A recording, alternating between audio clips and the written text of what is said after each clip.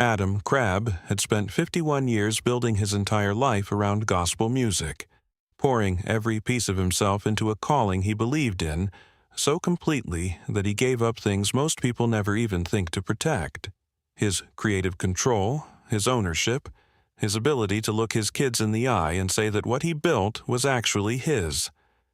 And then one day, sitting in the kind of quiet that only arrives after decades of arenas and tour buses have finally gone silent, he told the truth about all of it. Not a polished version. Not the kind of truth that gets approved by a publicist and scrubbed clean of anything that might make anyone uncomfortable. The actual truth, and in a genre that runs on the language of blessing and grace and sacrifice. Saying plainly what the business actually does to its artists turns out to be one of the most radical things a person can do. Before you decide you already know where this is going, stay with it, because this story is not what it appears to be from the outside. Adam Crabb is not angry. He did not come forward with a list of scores to settle or a carefully worded statement designed to protect himself while destroying someone else. What he brought was clarity, the kind that takes years of real experience to develop, and a particular kind of courage to share out loud. So if you think this is a scandal or a betrayal, or a disgruntled artist venting about not getting what he wanted, you are thinking about the wrong story entirely.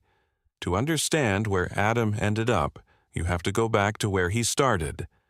And that starting point matters more than most people realize. The Crabb family was not simply a gospel group that happened to do well. Through the late 1990s and deep into the 2000s, they dominated gospel charts with a consistency that made competitors quietly envious while publicly applauding. And what powered that success was not just talent, but a particular kind of collective ownership that shaped how Adam understood his work. Kelly's voice carried rooms. Jason played piano with an instinctive brilliance that formal training sometimes actually gets in the way of. And Adam held it all together. The voice that made lyrics land somewhere in the chest rather than just the ears. The presence that a crowd could feel before he sang a single note. What the Crabb family built was theirs in the deepest possible sense of the word. They booked their own shows, negotiated their own deals, and made creative decisions collectively, sometimes painfully, but always with the understanding that the work belonged to them. The instability was real, and some months the math was genuinely frightening, but through all of it there existed a sense of authorship that no salary could replicate. That feeling of building something with your own hands became the standard against which Adam would measure everything that came after. Families on the road, even the most gifted ones, carry fractures that years of proximity have a way of widening, and by the late 2000s the Crabb family was entering a new phase. The kind that does not get announced in press releases but that everyone inside the organization feels long before anyone outside does. Creative differences, accumulated exhaustion, the natural evolution of three people who had grown as artists and as individuals over 2 decades, all of it was quietly reshaping what the group could sustain. And that is when Bill Gaither called. To call Gaither influential in Southern gospel is to dramatically understate what he actually represents. Since 1981, he has functioned as the single most powerful architect of what the genre looks like, sounds like, and means to its audience. The Gaither Vocal Band is not a group in the ordinary sense. It absorbs exceptional talent, keeps moving regardless of who comes and goes, and has generated Grammys, platinum records, and something more durable than either, which is cultural permanence in the hearts of millions of American Christians who play those homecoming videos like a form of devotion. Michael English sang with them. Mark Lowry sang with them. David Phelps and Guy Penrod built careers that became synonymous with gospel excellence inside that system. When Gaither offered Adam a spot in 2009, the timing felt almost designed. Adam was 34, credible, exceptional, and available in a way that made the offer feel less like a business decision and more like a door opening at exactly the right moment. The early years delivered what they were supposed to deliver. Adam's voice folded into the Gaither Vocal Band's sound with a naturalness that felt destined, and his stage presence lifted the live experience in ways the audience responded to immediately. Albums, homecoming, DVDs, television appearances, arenas seating 10,000 people, all of it arrived as promised, and from the outside it looked like the fullest possible expression of a calling. From the inside, something more complicated was developing, though it would take years before Adam had the language to describe what it was. Here is what most followers of gospel music do not fully grasp about what membership in the Gaither Vocal Band actually means. And this is where the story shifts from interesting to genuinely important. The Gaither operation is not a vocal group with some merchandise and a touring schedule attached. Gaither Music Group handles recording. Gaither Television Productions handles video. The Homecoming series alone has generated revenue across VHS, DVD, digital downloads, and streaming for 4 decades.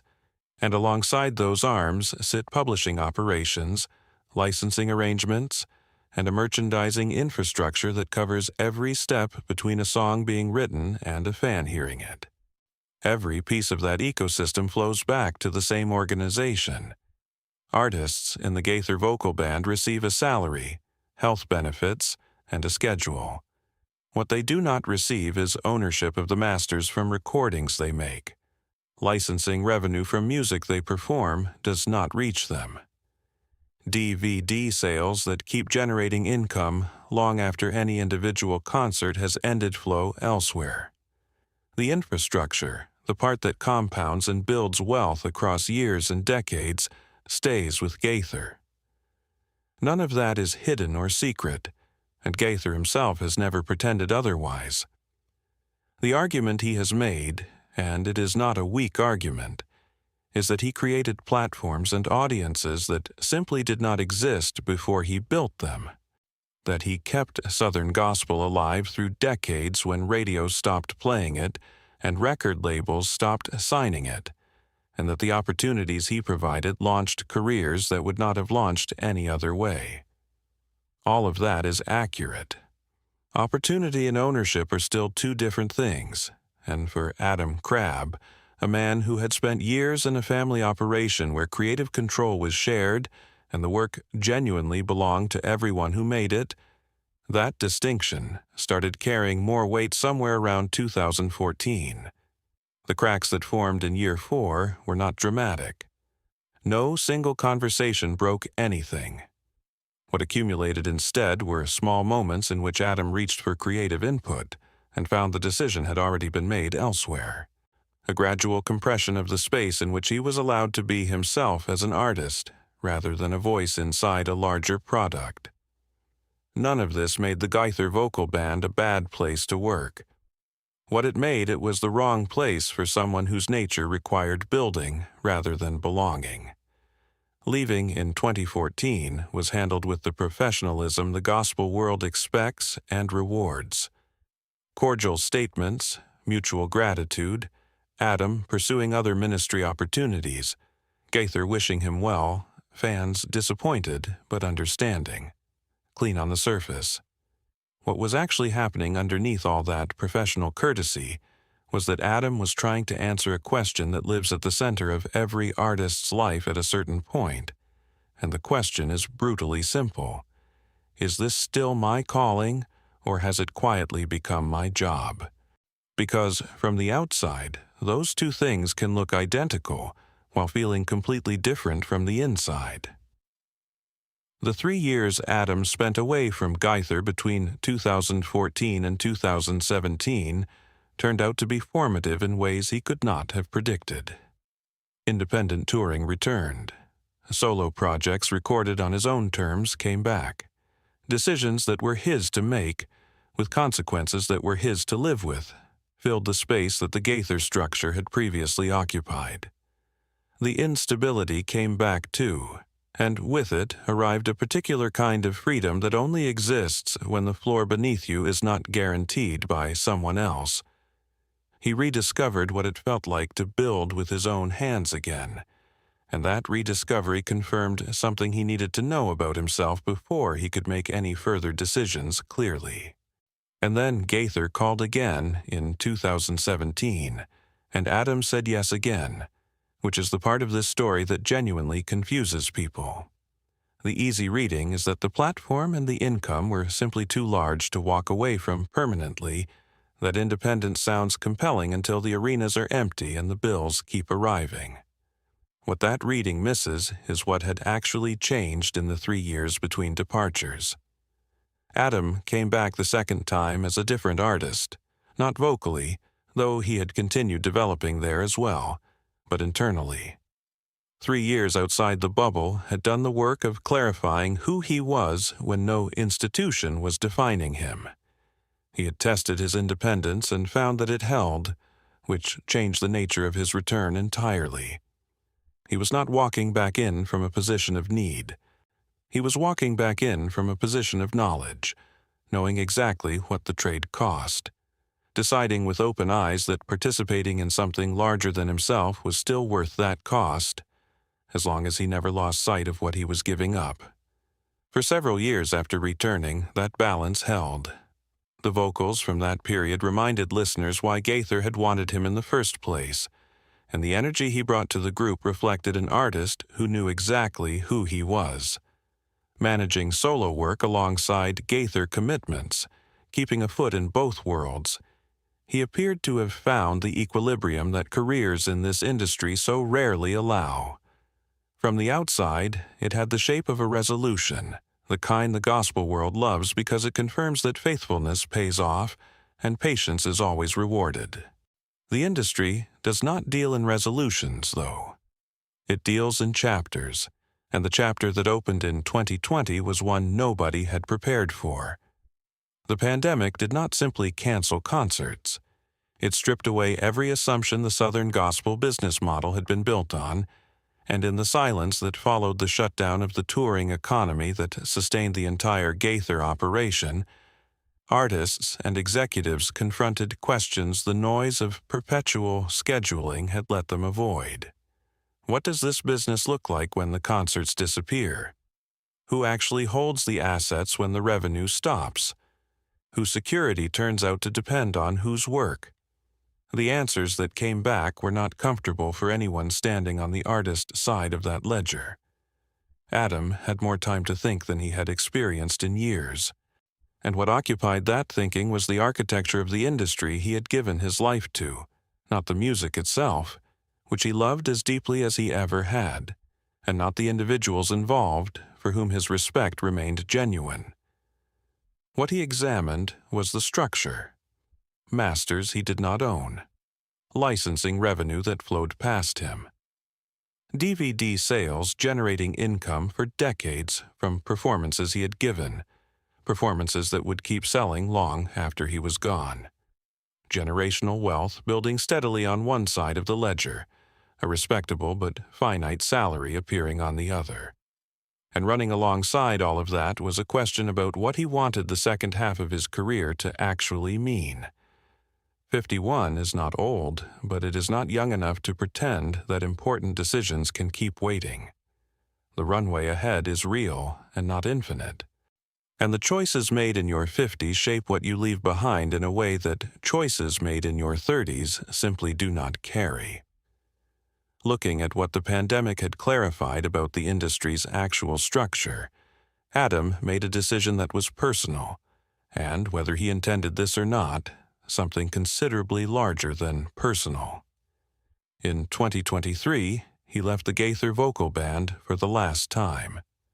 What he said when he finally stopped being careful about it was not what the gospel establishment wanted to hear, the performance of gratitude that departing artists are expected to deliver, the statement so saturated in blessing language that the actual content becomes impossible to locate.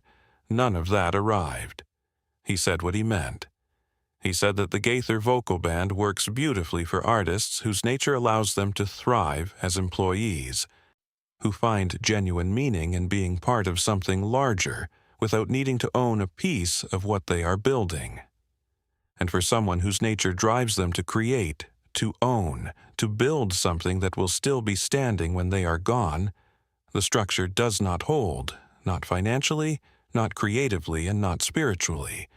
And then he went further, into territory that made people genuinely uncomfortable. Gospel music, he said, has a structural problem. The entire industry runs on a model that expects its artists to perform sacrifice in the name of ministry, while the executives and owners and infrastructure builders accumulate wealth across generations. The artists who fill the arenas and make the recordings pour their voices and their health and their years into this music, and when they wear out, they get replaced. And the machine that profited from their gifts keeps running, keeps selling, keeps compounding long after any individual artist has been cycled through. The language of ministry, he argued, has been used, perhaps not always deliberately but consistently, to make it feel spiritually inappropriate to ask for what artists in every other genre simply call fair compensation. He named no individuals. He named a system. And systems, unlike individuals, cannot defend themselves with personal relationships or expressions of good intent. Bill Gaither is not the villain here, and Adam Crabb is the first person to say so without qualification. Gaither built something that genuinely mattered. He kept a genre alive through decades when the industry abandoned it, created platforms that did not exist before he constructed them, and launched careers that had no other path forward. The list of artists whose opportunities trace directly back to what Gaither built is long and real, and none of Adam's argument erases or diminishes any of it. But here is what the departure forces the industry to sit with. The fact that someone built good things does not mean the system they built serves everyone it touches as well as it could. The fact that artists were given opportunities does not mean they received what their work was worth. The fact that Southern gospel survived does not mean it flourished the way it might have if the people making the music had been treated as partners with equity rather than talent on a payroll. The context in which Adam makes this argument carries weight, because the ground has shifted beneath the industry in ways that make the old trade look increasingly like a losing calculation. Streaming has distributed the means of reaching audiences in ways that would have seemed impossible when Gaither built his empire. Social media gives artists direct lines to listeners without a single executive as an intermediary. Direct-to-fan platforms make sustainable careers possible on the basis of genuine connection rather than radio play or institutional backing. The gatekeepers who once controlled access to audiences and distribution now hold considerably less of that power than they held even a decade ago, and the artists who have done the math on what they can build independently against what they surrender in exchange for institutional support are increasingly choosing independence. Adam does not need the Gaither Vocal Band the way the system historically assumed its members would need it. A following that is genuinely his, a catalog people love, name recognition and credibility built over decades. All of that exists outside any institutional framework. The tools to reach listeners without surrendering ownership are available in ways they simply were not when the old model was designed. What his departure signals beyond the personal story is that the talent is starting to opt out. Not because the music has lost its meaning, but because the math finally stopped working. Southern gospel sits at a crossroads that most people inside the industry are not yet ready to name directly. The core homecoming audience skews toward listeners over 50, devoted and faithful, but not a growing demographic. The younger generation that came up on contemporary Christian worship music and streaming playlists has not developed the same visceral connection to quartet harmonies and piano-driven ballads that their parents carry. Radio infrastructure that once sustained the genre keeps shrinking. Festivals draw smaller numbers. And the economic model built for a different era, one where a single organization controlling distribution and manufacturing and reach could still generate enough revenue to sustain everyone in the system, faces pressure from every direction at once. Gaither understands this better than almost anyone, having spent his entire career reading the market more accurately than his competitors. But the system he built runs on scale, consistency, and control, and those qualities make genuine pivoting difficult. Machines optimized to do one thing extraordinarily well are not naturally suited to doing something different when circumstances demand it. Every departure by exceptional talent is a data point in an accumulating record, suggesting that the trade no longer calculates the way it once did for the people being asked to make it. Gospel music can respond to this in one of two ways. It can treat every departure as an individual story, a personal decision made for personal reasons, and in doing so avoid the structural questions those departures keep raising. Or it can do the harder, more honest thing, asking whether a model assembled in the 1980s should look the same in the 2020s, whether ministry and equity have ever actually been opposites, or whether that framing has always served the owners more than the artists, and whether a version of this genre's future exists in which the people who make the music also build the wealth that sustains their families and their legacies across generations.